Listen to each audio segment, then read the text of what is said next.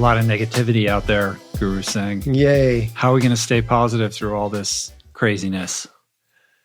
Yeah. There is no answer to that. Should we just, are we done? That the podcast is over? That's it, man. The podcast is over, man. We're in deep, deep trouble here. I would say that every moment is an opportunity, and as long as you're doing more than 50% of them in the positive, you're contributing to the solution. First of all, why is it important to be positive? Do we need to be positive? What is the power of positivity? There's a lot of, self-help shenanigans around the power of positivity. What's the truth? Are you talking about the woo-woo section of the bookstore? There's a lot of that, but it's like, you just stay positive, Yeah, and that'll solve all your problems. False positives are not a good idea. No. The discerning mind, which can be negative, is very important. I mean, I would really want to have some negativity towards the idea that I might be able to cross the yellow line and pass the truck when there's too close of an oncoming car, right? The negative mind. Positive mental attitude is not. No, I can do this is the last thing he said. So there's times for positivity and there's times for negativity. I just believe that there's also an opportunity to be positive in negative times when, everything is collapsing. Everything's being controlled by gravity, which is that negative force. It's just a natural force, negativity. It's not a thing that's bad, and positively is not necessarily a thing that's good. But to be able to be levitative as opposed to gravitative, right? And as opposed to always having to go down with that flow, being able to be exuberant is really important in particular times to balance things out. Otherwise, it gets pretty grim. Mm-hmm. Well, there's sort of performative positivity, like looking at yourself in the mirror and saying, I can do it, versus truly inhabiting a positive attitude, like in its most full expression, like really owning positivity, like being positive and speaking positive words are two different things. What did you call it? You called it performative positivity. Wow. What a great expression. I mean, I'm sure you have to do that oftentimes when you're running, when you're bicycling, when you're swimming. Yeah, talking yourself into something. To do that all the time would be a real false positive. To do that some of the time is a real advantage. And to be able to have that tool that when you need it, you can use it, is something that is very important. How did you develop that tool so that when you really had to talk your way through a place at whatever, 14 miles or 20 miles or whatever it is, how did you develop that tool so it could kick in? Well, I think it's a combination of two things. There's a little bit of fake it till you make it, which I have issues with. Philosophy in general. That's in general, but in partial, I can go with it. It's helpful at times. I don't think it's a good idea to walk around faking it till you make it with everything. Right. I don't think that's a great life philosophy, but it comes in handy from time to time. And that's something that I learned in recovery. They say it in the rooms all the time, like fake it till you make it. Like if Alcoholics Anonymous is a spiritual program, but a lot of people come in with a ton of baggage around God and spirituality and religion, et cetera, and they have a hard time accepting the spiritual component of that particular program. And so what is said is fake it till you make it. Like just, okay, so you don't, that's fine. Just, pretend until you can kind of get on board. And I think that works for certain things and in other areas of life, but like I said, is not great all the time. So I think for me, there's a little bit of that in the training and the racing. Like if you think you can't do it, just what would somebody who is capable of doing that tell themselves and what would they do, and trying to mimic that, I think is a powerful tool. But I think the more powerful tool and what gets me through those particular moments that you're referring to is experience. Like I know when I'm on mile whatever of whatever race, that I'm going to be able to do it because I can think back to a particular training session that was harder than whatever moment I'm in at the moment, and hang on to what I did in that moment, or just the pure memory of that is enough fuel to tell me, oh, I've done this before. I've been here before. I got through it before. I know I can get through it this time. That's the antithesis of fake it till you make it, because I've actually done it in the past, and I can leverage that memory and that visceral experience in my consciousness to fuel whatever I'm in the midst of in that moment. I just captured a great metaphor when you were talking from what you were saying. You know, when you're running a car, let's just say that we're not all electric cars. And when you're starting a car, you use the battery, which you only use for a few moments, and then you're not using the battery. And then you use the starter motor, which engages, and once the engine is turning over, then you're not using that. And so these battery starter motors could almost be parallel to that fake it and you'll make it, until you get something really happening. And the really happening is sometimes the memory of a previous happening. Mm-hmm. In my life, the idea of being positive and the negative, I've been fortunate enough to know that there was reasons for both, right? So being negative, it's a fuel. Being positive, it's a fuel. Being positive in a negative situation is almost like a match striking against an abrasive surface. You know, it can ignite something. And so the idea of these opposites play out. Sometimes when you're in a negative situation, it's time to dive even deeper. Mm-hmm. I mean, into the negativity? Into the negativity. Yeah, I think what happens is sometimes positivity gets conflated with denial. So what I mean by that is, good point. You could be, 100 pounds overweight, and you're looking at yourself in the mirror and you're like, don't worry, it's okay. You look great. It's like, no, you don't look great. You're 100 pounds overweight. Like, maybe negativity is the wrong word, but how about just honesty? How about snapping that denial and just being truthful with yourself? Like, no, I'm overweight. Like, I need to address this. It doesn't feel good to be this overweight. This is a negative physical state for me, and it feels negative in my body. Then you can leverage that negativity as fuel, as you mentioned, to catalyze change. Yeah. But if you're just walking around with a blind positive attitude about everything, then you're missing signals to make changes in your life that could make your life better. What is it they call Pollyanna? Pollyanna. Yeah, that's perfect. That's exactly what it is, being Pollyanna. So that's positivity and Pollyanna, positivity and denial. These are different things. I'm really touched by the word denial. And I also would think that if we wanted to realize that some positivity is a state of, like, what did you call it again? You called it a performative. Performative. Yeah. Sometimes positivity is pure denial. Imagine that we don't think of negative as bad, and we don't think of positive as good. We just think of them as like hot and cold water on a shower. You walk into a hotel. There's a reason why the thing, when it turns on in the hotel shower, starts out cold, is so that nobody burns themselves.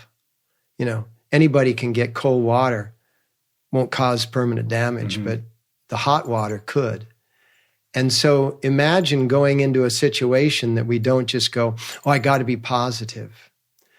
That we maybe go, I got to be receptive. I have to find out, is the negativity of being 100 pounds overweight, right? Is the negativity that I'm feeling in that moment going to be a stimulant so that I can make change and make make positive change, so that I can make change and make a change that I really want, an outcome that I really want. And is positivity in that moment going to mask the true appearance so that I'm not able to actually engage change? Right. The idea that positivity and negativity are opposite charges, right? To allow yourself to feel that negative influx of emotion that comes with breaking the denial that you're 100 pounds overweight is good, as long as it catalyzes that opposite. Spoken by two people that are definitely not overweight. Well, not anymore. If it can catalyze that opposite positive charge to say, okay, I have this problem. I'm going to own it without any denial. I'm going to be honest about where I'm at right now, but I can solve this. Think about it. We run our entire world on negativity. Electrons are negatively charged. So meaning like all electronics? Yes, all electronics are negatives. And that means not bad, right? There's a lot of advantage in gravity, the gravity of a situation. There's a lot of advantage in gravity. There's also advantage in levity. And I think really knowing when positive and when negative is going to be of greater value in a moment is a good thing to aspire to. Mm-hmm. Yeah, in the same way that using your, like sort of extending on your analogy of the starter, the battery and the starter engine, negativity could then set in motion a chain of events that leads you to a perspective of defeat and victimhood, right? Which would be the gasoline engine churning on the charge created by the negative impulse. Yeah. Or the negative impulse could create a positive chain of actions that set you in a different direction. So they all have their place. Really good. But in sequence. But the engine, the gasoline engine, to use the analogy that you want to be churning on, is the positive one. And what if you look in the mirror and you say, man, I look like shit, I look horrible. And letting that be a stimulant, which is the starter engine, stimulant to starting up the main engine, trying to stay away from the word gasoline, carbon free, the gasoline engine, which is the plan that you're going to do, that you're going to run this far, you're going to eat this way, you're going to do this stuff, and eventually you're going to drop that excess weight. Mm-hmm. So you have to hit the negative in order to get into the positive. And then you have to use the positive to get you through all of the negatives that are going to be attacking you as you're striving to not eat so much, you feeling hungry, that's a negative feeling. Or to weather all the setbacks and the obstacles that are going to get thrown in your path on the trajectory towards achieving that goal. So it's really about navigation, huh? Being positive in a negative world, it's really about navigating the negativity and knowing when to use which. Well, it's easy to say, okay, this is how you should be. This is how you should react. This is how you should look at something. This is the disposition that you should inhabit on your goal towards losing 100 pounds or whatever it is. But that's very different than the doing of it. And in the doing of it, you're going to have to get really negative at some times, and you're going to have to get really positive. But being able to know how to switch back and forth. So this is what I'm getting at. Like, how do you do that? If you're somebody who has been in a victim pattern, or somebody who has a negative disposition, or looks at, the world like the glass is, got a hole in it. Which one is it? Half empty? Half full? Got a hole in it like my glass did earlier. Yeah, exactly. As a crack in the glass. If those are the lenses through which you perceive your reality, how does one shift that? Gently. Because usually those kinds of deep-seated perspectives are genetic. They come from what happened in your parents' life, what happened in your grandparents' life, what happened in your great-grandparents' life. Epigenetic. Epigenetically, it's in your DNA. And I mean, I know that I had a sort of a knee-jerk response to certain things that would occur, that for decades I was dealing without actually diving in, dealing with rather than diving into. And this was controlling my world, not at a macro level, but, on a micro level of what I was experiencing when I was working in the world that we all live in. And then in my meditation, I got to a place where I said, you know what? I actually start to see the pattern. Let me actually work on that a little bit every day. And that's why I say gently. Let me work on it a little bit every day, a little bit like a game of pickup sticks, a game of cosmic pickup sticks. Let me move a stick every day so that the whole thing doesn't collapse. And then let me move another stick the next day. And I had to work my way through this really deep-seated, which is often non-verbal, even non-visual, non-auditory. It's just this sensation that you have of being of a particular modality. I'm sure you felt it throughout your life as well. Yeah, of course. I mean, I've had a historic kind of tendency to catastrophize, and you too. Of course. Give footer there, man. Yes, this is the worst thing that could ever happen to me. I love the word catastrophize. Yes. So the way that I've tried to claw my way out of that preset is two different things. First of all, it comes with experience. Like some of the things that have happened to me in my life that I thought were the absolute worst possible things that could ever happen to me have turned out to be the best things. Teachers. So I've learned the hard way to not prejudge situations and circumstances because we lack the necessary evidence to make that judgment. We don't know whether something is good or bad. Evidence. Especially when we're in the midst of it occurring. Mm-hmm. We're not qualified to make that judgment. The midst. It just is. In the midst. Right. Yeah. It just is. It's only... It's Sanskrit, translated from the Sanskrit, it's called viewing the what is. Very simple. What is the Sanskrit word, Dean? The Sanskrit word is pratyahar. Uh-huh. And it's just basically viewing, being so much in your calm that you're just viewing the what is without any attitude. Right. Agenda. So the practice is, can you be neutral? We're not even talking about being positive or negative. If your preset is to catastrophize or to perceive a certain situation when it arises as a bad thing, as a negative thing, let's start with just trying to be neutral. Can we not judge it? It's harder than it sounds. Well, look at the yes, it is. Look at the expressions that have governed life. Don't get your hopes up. You don't want to be disappointed, right? Mm-hmm. And being full of yourself was considered to be a bad thing. Even the word ego, you're in your ego, right? And even spirituality has made this ego thing, just like taboo.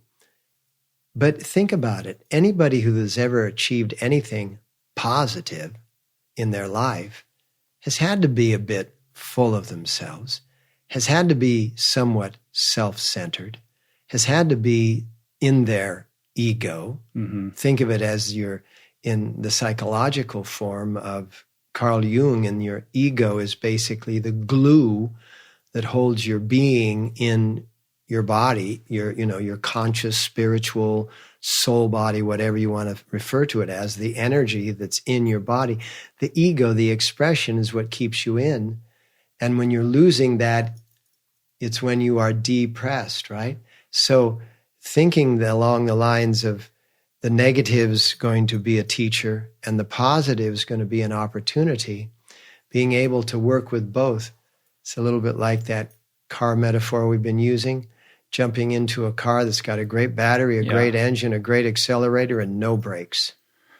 But on the tip of the ego, sort of, celebrating the good aspects of the ego, the countervailing measure against that always has to be humility.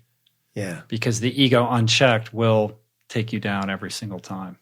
Yeah, well, I would say this. I would say that you're absolutely correct, but learn how to go down gracefully. Because if you are afraid of using your ego, and I'm not saying that this is what in any way, shape, or form that you were indicating, but it is what is out there in the world. And it's definitely what's out there in the world, more so on paths of consciousness. And so on paths of consciousness, everyone is afraid of, being in your ego. And I say err on the side of being too much in your ego, rather than err on the side of being too little of your ego. And then find yourself not having humility and get trashed, blow it, and then learn from that. And that's what is ultimately, even if it's negative, is ultimately super positive in the negativity of this world. It's like a plant-based diet in a carnivorous environment, right? It's like a carbon clean attitude in a very, carbon dioxide filled atmosphere. I would say that we should encourage people to err on the side of being in their ego more than not. That's a very counterintuitive perspective. Oh, I'm glad. Yeah. I mean, I don't know that I would have expected you to come from that view. I come from that view because I've seen too many people in the false positive, which was what you were talking about earlier. Am I doing the right thing? Am I being the right way? And I want to blow off the shell so that I can fully expose myself, being positive in the negative. And I think that requires ego. I don't think that you could be the elite athlete that you are if your ego wasn't stimulated positively. Yeah, I would grant you that. But I think there's a difference between somebody who moves forward in the world with a deep, profound sense of their personal self-worth, somebody who's coming from a perspective of, that's it. I have something to say, my perspective is valid. I believe in myself and I'm here to stake my claim, versus somebody whose ego is being fueled by insecurity and lack and fear, who's saying, all these people are doing all these things, so I'm going to make a big brash show of everything to convince everybody that, I should be here. But deep down, I know that I probably shouldn't. Well, I just thought of a great expression. So ego is what I'm talking about. E-stop is what you're describing, the brash, not humble person is an e-stop. We need to have that. That's a negative. Ego is positive, and you should. And like you said, you didn't expect that, but I would say err on the side of making too much, and then learn how to dial it back. Mm-hmm. Because then you're actually riding on the point of the wave, on that point of the crest, so that your effort is a bit effortless. You gain momentum, all of those important physics expressions of how to ride the wave of time. I get that. I think on the path there, we have to still overcome whatever negative presets we have. So back on that subject of catastrophizing. I love that. The other technique that I would use, that I still use, is to play it out. So if your perspective is, oh my God, this thing happened, it's the worst thing ever, I can't believe it, it's terrible, my life is over, to just go, all right, well, this happened, so then that means that this next thing is going to happen, and then this next thing is going to happen. So and you're playing it out. Yeah, and then you're like, okay. In your mind. Right. Like, oh, my car broke down on the way to the most important interview I've ever had. This is terrible. I'm not going to get the job. then nobody's going to hire me, and I'm not going to be able to pay my rent, and I'm going to be homeless, and I'm going to starve, and I'm going to die. It's like, but it feels that real. That is catastrophizing. Right. So to then break that down into its pieces and say, all right, my car broke down. So what happens if, okay, so I'm going to be late for the interview. Worst case scenario is I don't get hired for this job. Like, well, maybe I'm not supposed to get hired for that. Maybe that's because there's a better job. Like, let's live in the reality of, okay, now you've just lost this job opportunity. How does that feel? Well, I'm still breathing, still here, That's not beautiful. Great, but to live in all of those eventual potential realities is helpful to me to then say, no matter what transpires, I'm not going to die, I will be okay.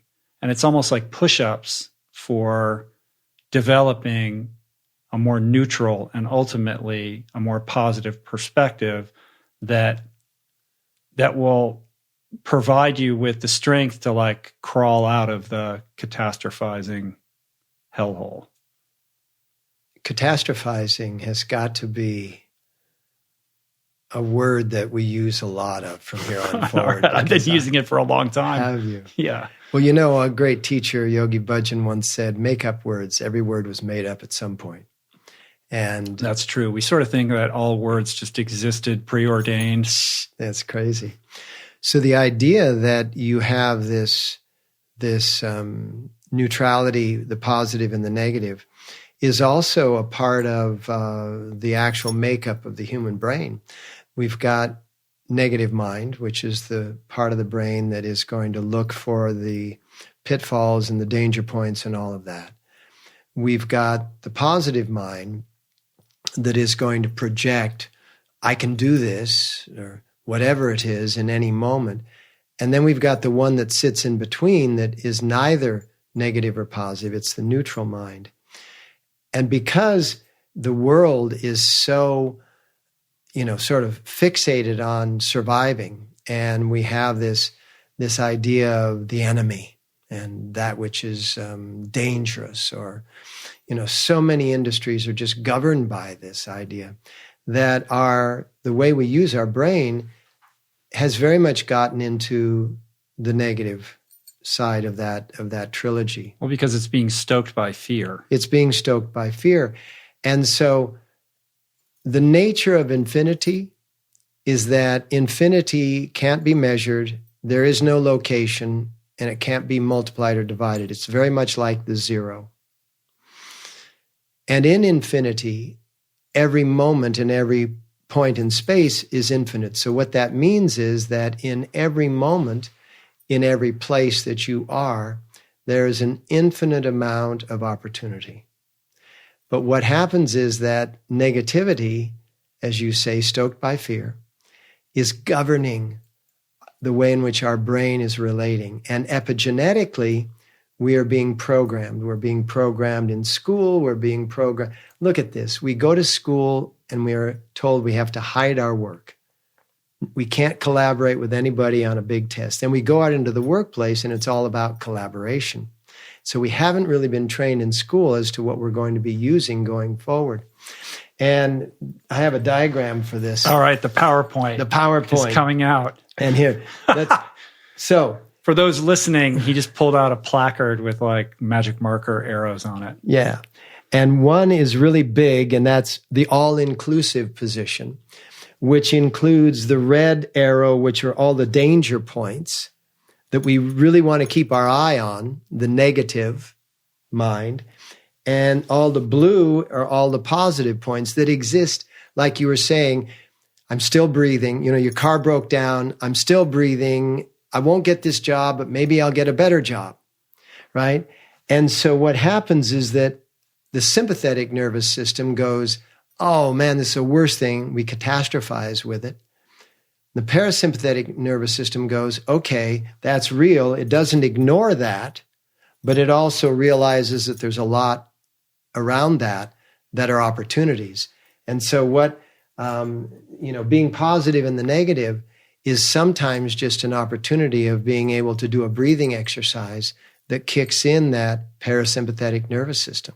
to override the fear impulse, the negative impulse. Yeah. Catastrophizing. You say that was a part of your world? Yeah, it's like hardwired into me. Wow. I had an interesting thing hardwired into me, and that was that when something was going to be really great, what's the downside? And I suppose they're kind of similar because, and I had to really work to embrace that. Yeah.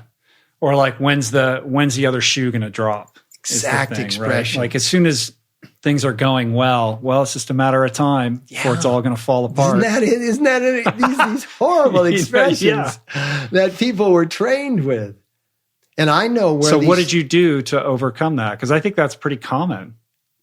I sat with my victim, right? Because that's what it is, right? When things are really great, something is going to happen. And, what is it? Wait for the other shoe to drop. And I had to sit. What I did was I sat with who that was. And then I found out where that was in the past of my family tree. And I found that this was not something that was an experience of my lifetime. This was something that was an experience not only of my parent, but my grandparent lifetime. And I'm sure that it went back farther than that. Mm. And so, a lot of these things that govern us, like the microbes, right? The microbiome, not only is that microbiome governing our ways in which we express and feel and think and talk, but also those experiences outside of time, those experiences from our genetic past are governing how we view. So you and your catastrophizing and me and my other shoe is going to drop. We had to walk through, those years where that was our governing, attitude. And it carried us through certain times that gave us the opportunity to learn some lessons. Yeah. And these things are I'm asking you because they're very difficult to even confront, let alone overcome. So whether you're somebody who's a constant victim, the world is against you, whether you catastrophize, whether you have imposter syndrome, that's another thing that I have to wage war with. That's the fraud factor that you talked about. Yeah, the idea that, they're going to find out. They're going to come in here, Guru Singh, and they're going to take these microphones away. Do you know that anyone who is being positive to override is feeling that? Mm-hmm. And it was really good for all of your listeners to realize that you too have that sensation when you're because a lot of people could look at you, just like you said, a lot of people could look at me and say, well, Guru Singh, of course, he's born that way, but not really. Oh, this is something I deal with all the time. When I was a lawyer, like, who does he think he is being a lawyer? Then when I become this athlete, well, who does this lawyer think he can do this athlete thing? Now he's going to be a podcaster? Come on.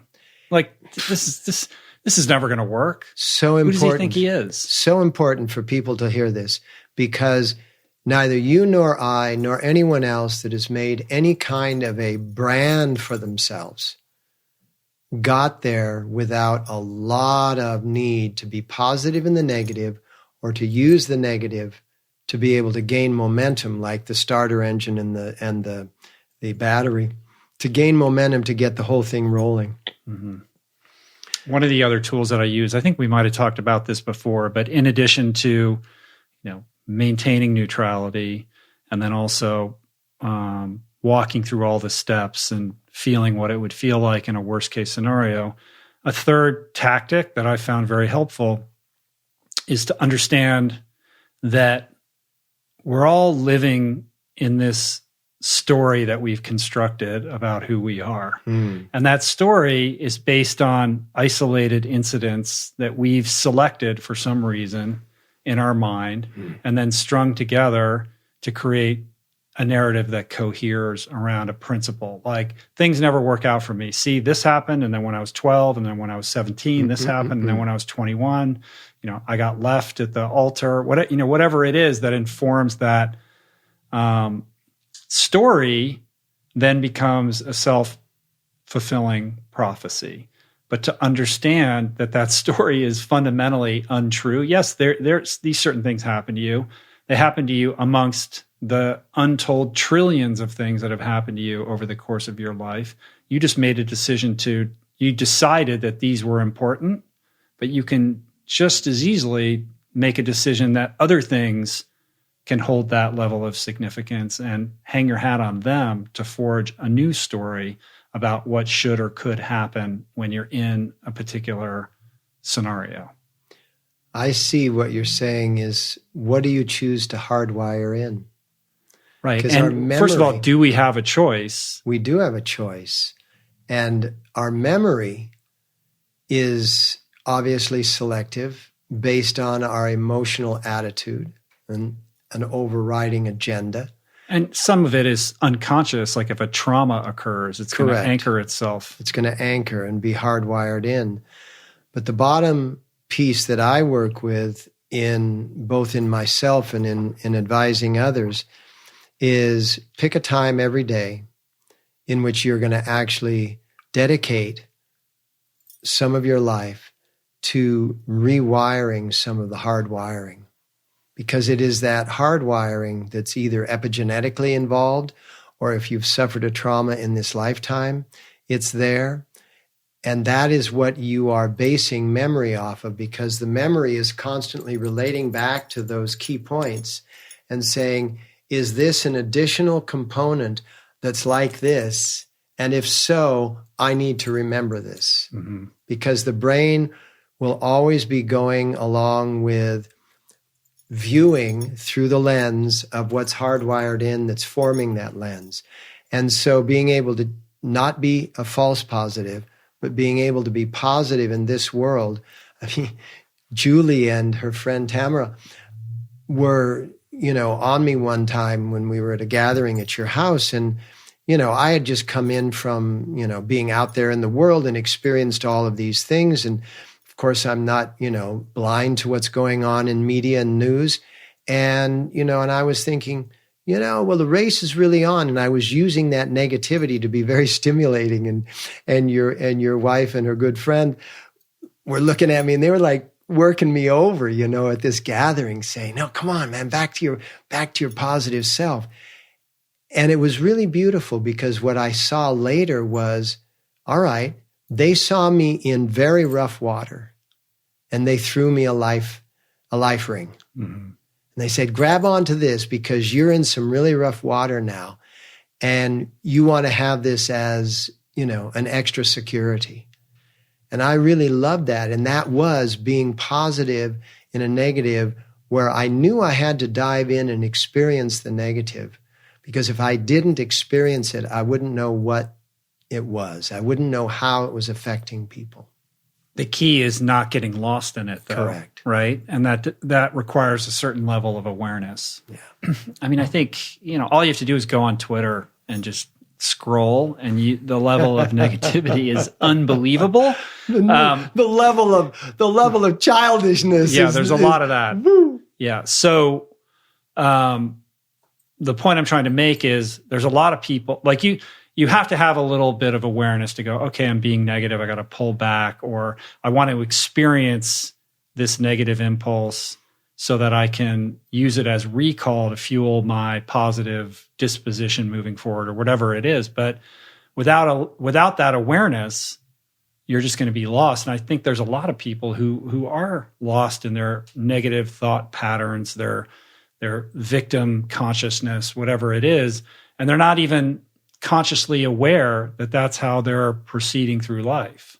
Like if you sat them down and said, look, on 30 occasions today, you said, it never works out, some version of like, it never works out for me. I think most people who kind of fit that mold would be surprised to hear that because they're running on this loop that is triggered in an unconscious way because it's so deeply embedded in who they are. So for that personality type, how does one begin the process of deconstructing that? How does that get you? Where does that take you?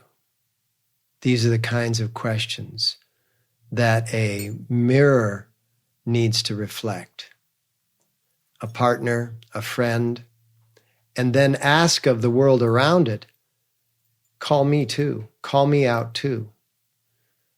You know, how does that protect you?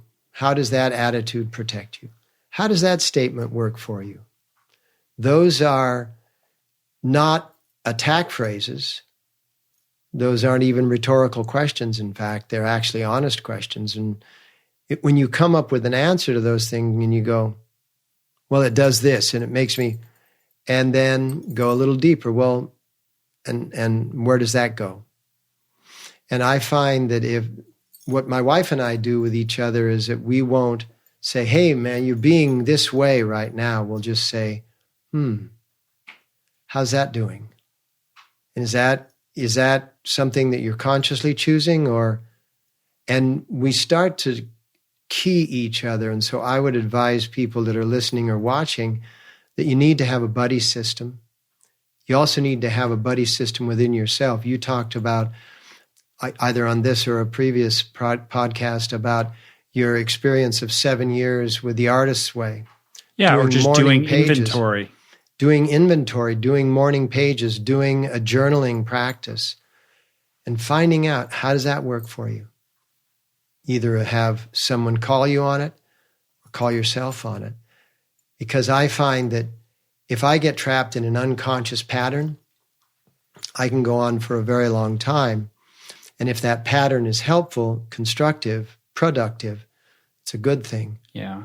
It requires rigorous honesty from within yourself and honesty on behalf of the buddy, if you're in the buddy system, to give you the uncomfortable feedback. Got to be fearless. People, a lot of people don't like that. Fearless. But you've got to get comfortable with that level of honesty if you want to graduate out of that. What you got to get comfortable also with is the level of reaction to your honesty. And then you'll get more aware of how to deliver the honesty, because honesty delivered. If you're the buddy, you mean? Yeah. Yeah. Or even if you're your own buddy. You know, how do you tell yourself that there he is, you did it again? How do you tell yourself that you just did it for the umpteenth time, and you knew you were going to do it, and you knew you were doing it, and you knew you did it, and blah, blah. You got to be your friend. You got to be able to be gentle in your corrections. Yeah, I think what happens in real life is that people who have a negative disposition or play the victim card generally aren't on the receiving end of a lot of honest feedback. If they are, they push that person away.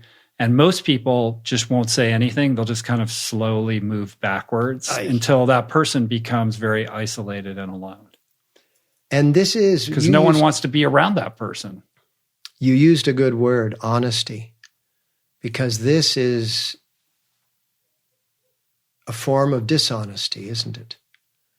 What is? To move back and not to say anything, not to be that mirror. I suppose. I think people they get uncomfortable and they're just like, well, I just don't, for some people it's setting a healthy boundary. Like, I don't want people like that in my orbit. So I'm moving in another direction. It's not malicious. It's discretionary. Dishonest too. Yeah, I guess. Well, do you have it? Is it incumbent upon you to tell that person they're being a certain way? That feels like a transgression as well. Yeah, that is sort of modern interpretation.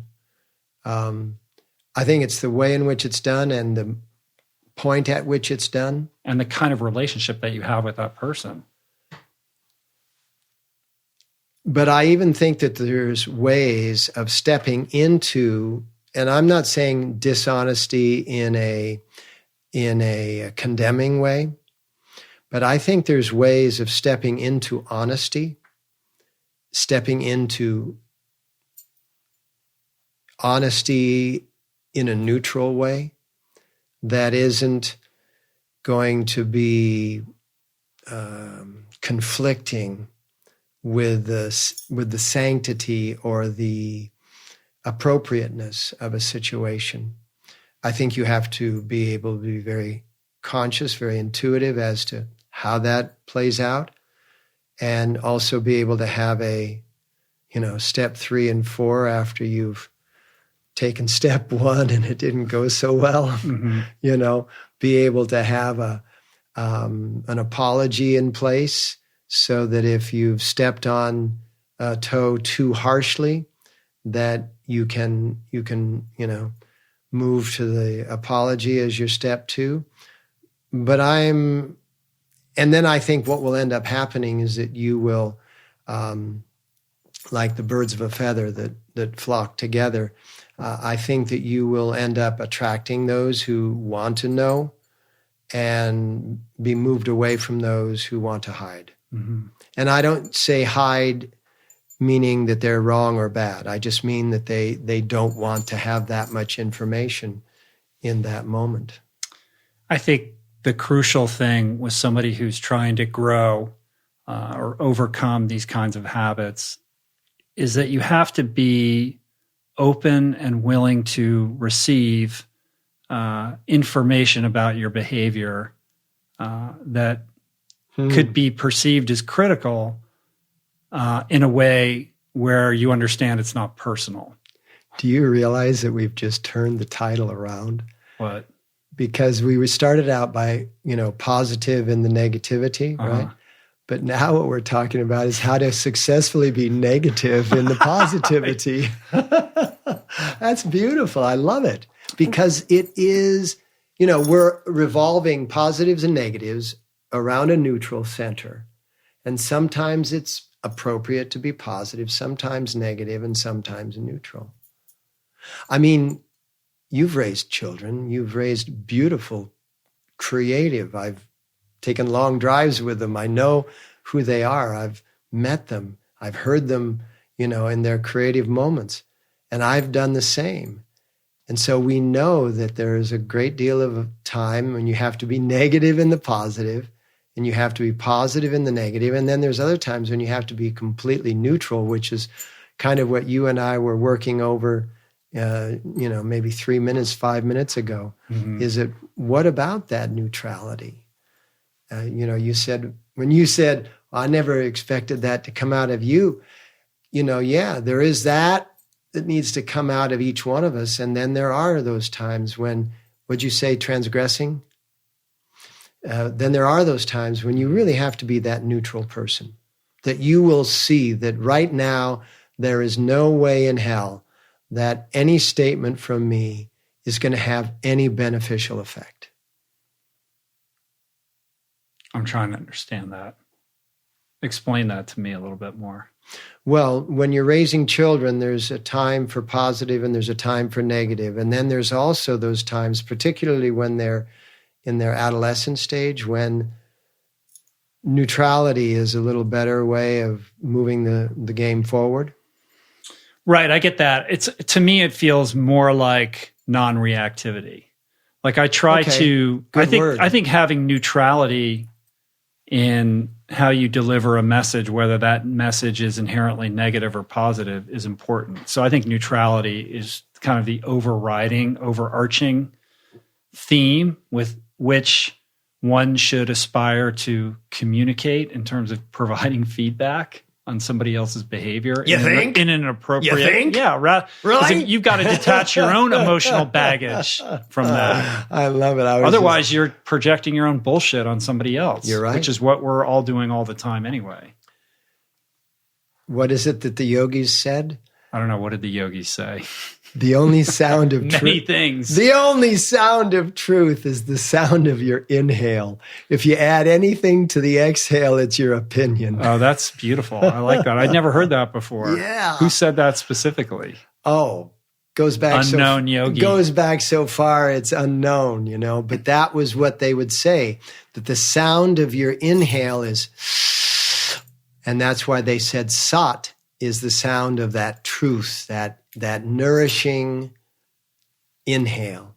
And then everything after that is an opinion. Yeah, right. And then what are we even talking about here? There you go. But hey, you can't go to that state of neutrality. You would just sit and do nothing, which is what the Buddha had to do. It's what Jesus had to do. It's what Krishna had to do for those lengths of time. It's what the yogis did in the caves where they would sit. It's what the deep meditation is to sit in the total neutrality, sit in the total darkness, sit in the total, encapsulation in order to come up with that innovation. I was talking to a close family member, and this person was saying that that he was borderline despondent, like having a really hard time, like just swimming and drowning in negativity. And I said, well, what are you doing? Like, how do you spend your time? It's like, well, I watch tons of news. like basically this person was saying politics is what has him completely bent out of shape. And I'm like, well, why do you don't have to watch the news. You don't have to be subsumed by the daily discourse and drama. Good word.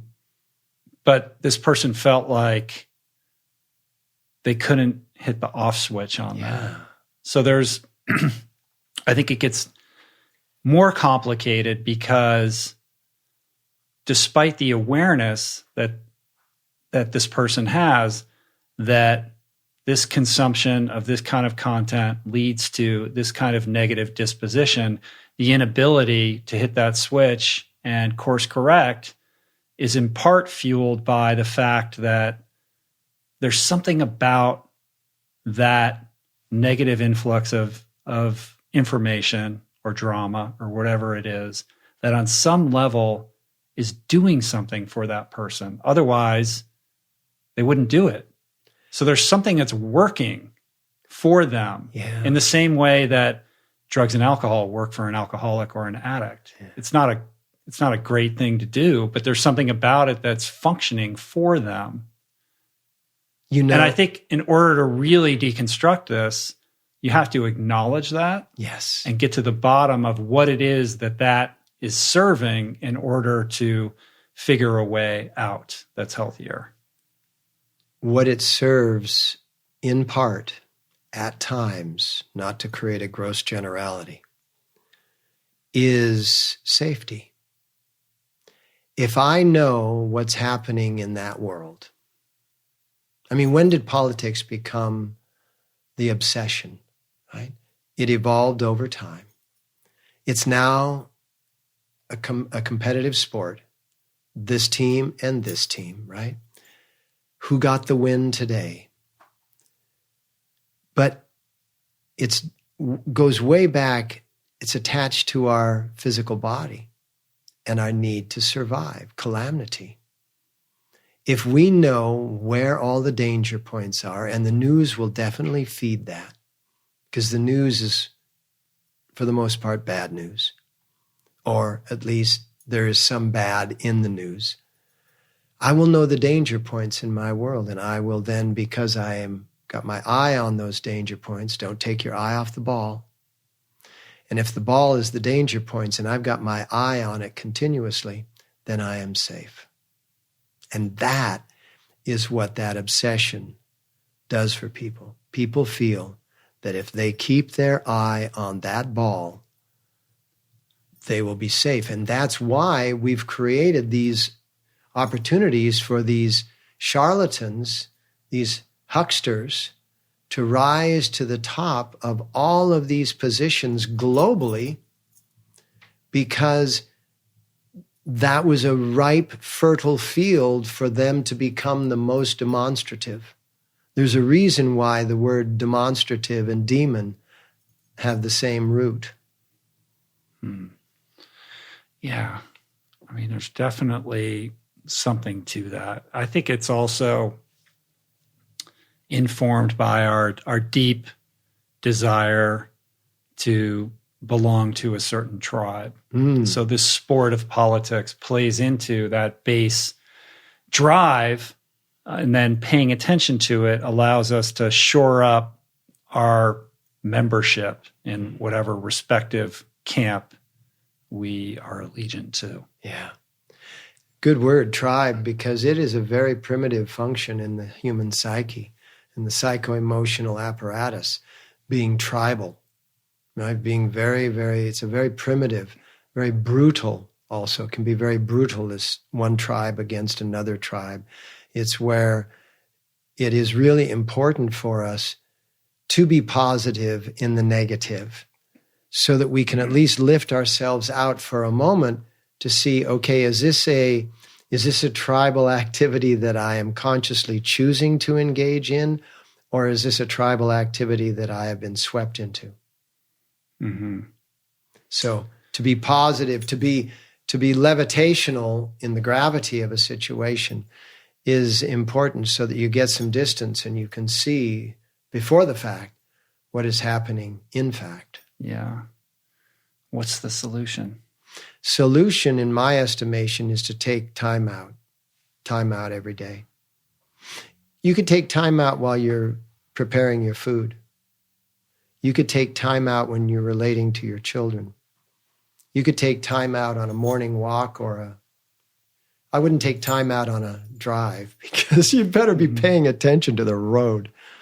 But you can take time out in so many different ways. I take time out in deep meditation, deep meditation, going into a dream time where I'm not even aware of my physical surroundings, at least 2 or 3 times each week. I have to get into that state for an extended period of time. And when I say an extended period of time, I mean at least 30 minutes, an hour. And what is the experience when you come out of one of those sessions? Fresh, refreshed, reboot. It's kind of like, turning off your computer or turning off your phone because things were jamming up, and then all of a sudden it's kind of like new again. And that's what happens when I come out of it. I don't, and this is good because I'm glad you brought into the title and that neutral position, and then what did you say, non-reactive? Because when I come out of that, I may not be neutral, but I'm definitely non-reactive. Yeah. And that becomes like a superpower. Superpower. Isn't that interesting too? In today's world, probably the most profitable media company right now is Marvel, and all they're doing is making things about these super realistic, sometimes very unrealistic, not always that realistic. Yeah, just these people with superpowers.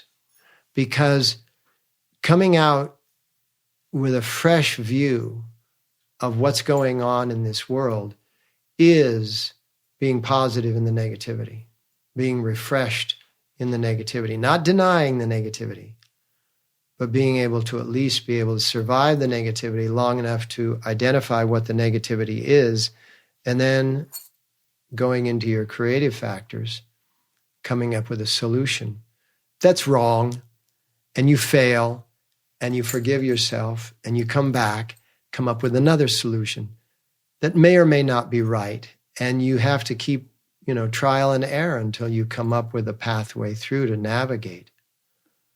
So I would say that was perhaps one of the most important reasons why I try to maintain positivity in the negative, is to be able to navigate. Yeah, and I think with that, developing that acumen to be non-reactive, that superpower, the more finally you can hone that over time as your practice matures, it's that non-reactivity that gives you that space to objectively assess not just your environment and the stimuli that's coming at you, but also your own behavior, so that you are more apt and able to catch yourself falling prey to one of those negative, looping, behaviors or actions or phrases that come out of your mouth. To have the awareness and say, oh, I did it again. Look, I just did it. As opposed to being on autopilot where you're doing it and you don't even know that you're doing it. Yeah. As you were telling that, I was just thinking about some scenarios in my world where I would repeat patterns, right? And we all do. Know that I was going to get into that same hole. So at one point in time, there was this pattern that when I'm in a meeting that has, more than 3 or 4 people in it, it's like a board meeting or a group meeting or an organizational meeting. And I just see the whole thing going stupid. And I'm thinking, look, I can't be the only smart person in the world, in the room right now, but what I see is really ridiculous. And I would come out with what I thought was a solution to the ridiculousness, and then the whole room would turn on me. And I would go, okay, I did it again, And I kept working this for year after year, decade after, because, we've been through a few meetings, right? At this age. And finally, I just said, you know what? This is an unsolvable riddle. So I'm just going to go for it. And so the last meeting that I used this technique in, I used it to the nth degree.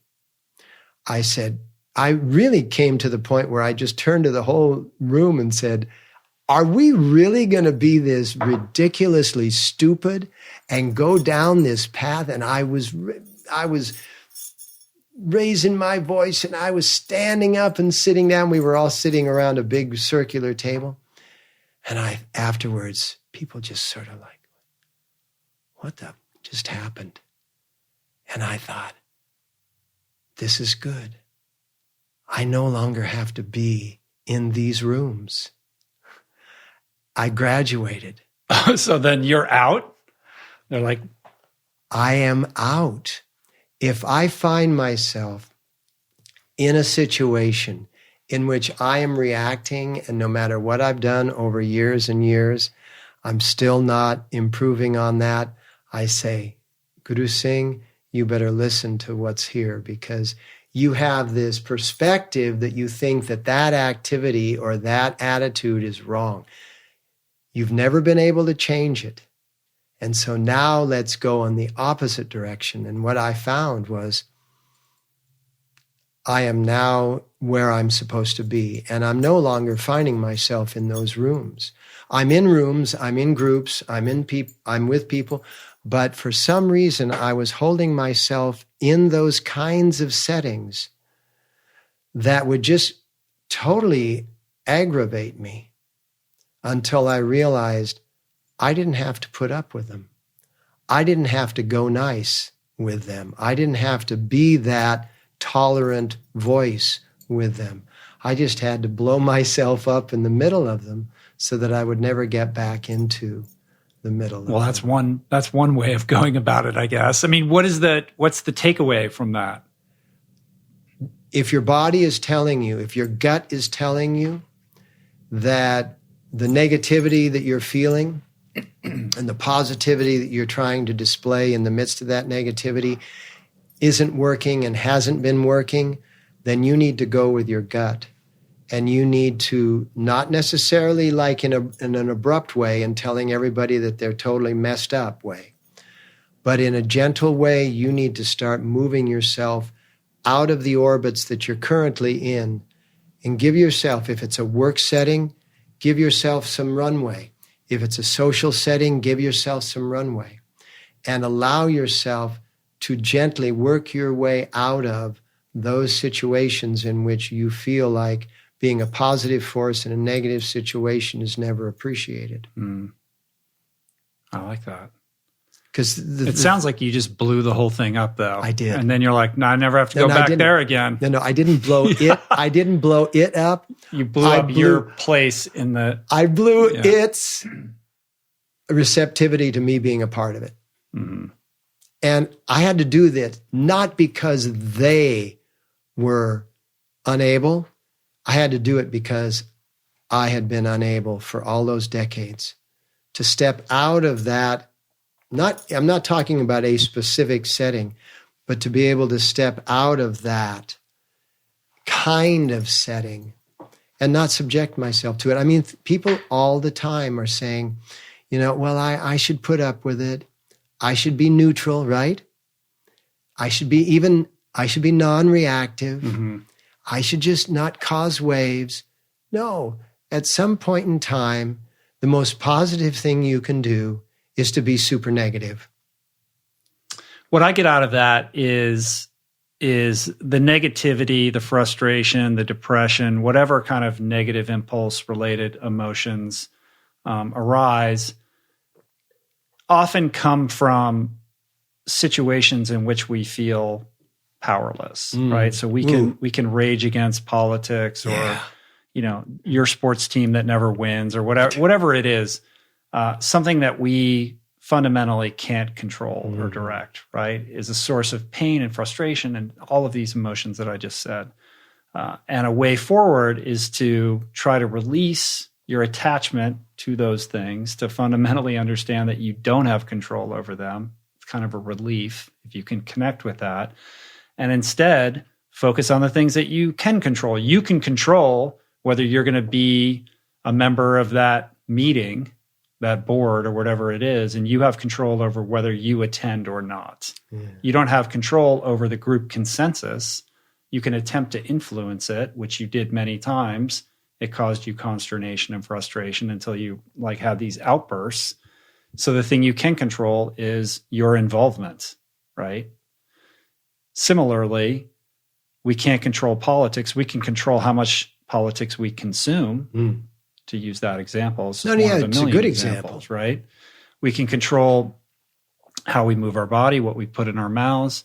We can control our various behaviors. We can't control other people, scenarios, situations. There's actually very little that we can control. But the more energy we place and invest in those few things that we can control, I think is a positive path forward to cultivating the positive mental attitude that we all seek to embody.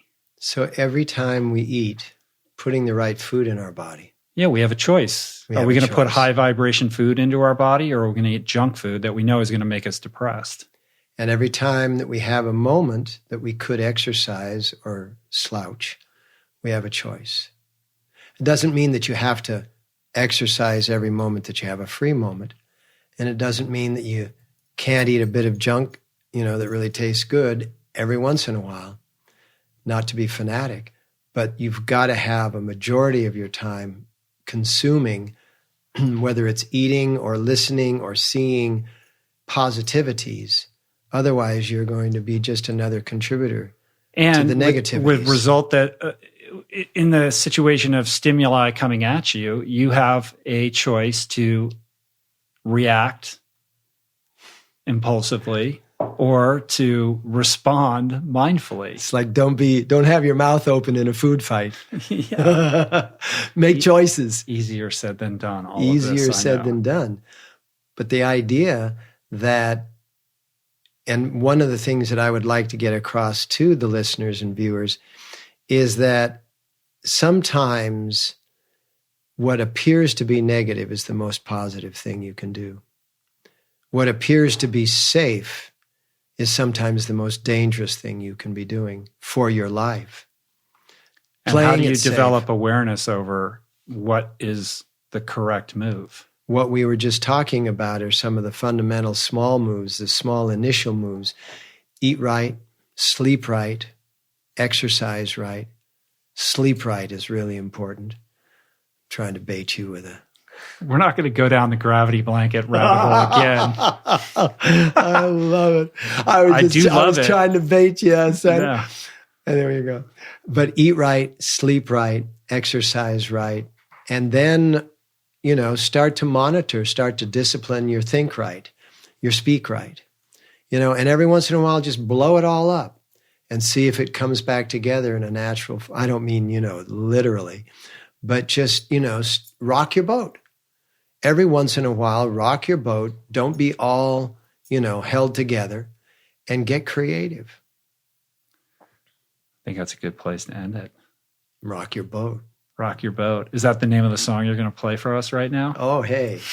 You're going to take us out again, right? I'm going to take you down another path. Right on, brother. And this one is...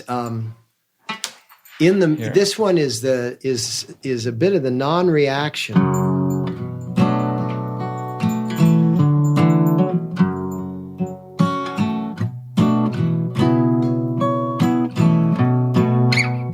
That we were talking about, the bit of the neutrality. Mm-hmm. And the word confidence means confidence. Fidence means faith. To be confident that the infinite will take care of it.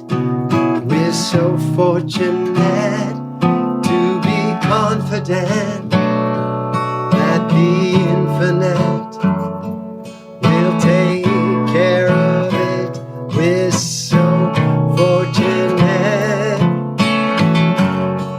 God is the boat and God is the boatman, and by that grace we're gonna cross this ocean, learn our lessons from the sun. You know it shines down equally on everyone. When the sun doesn't shine, we learn from the rain. Falls down equally on everyone the same. So be confident that the infinite will take care of it. We're so fortunate.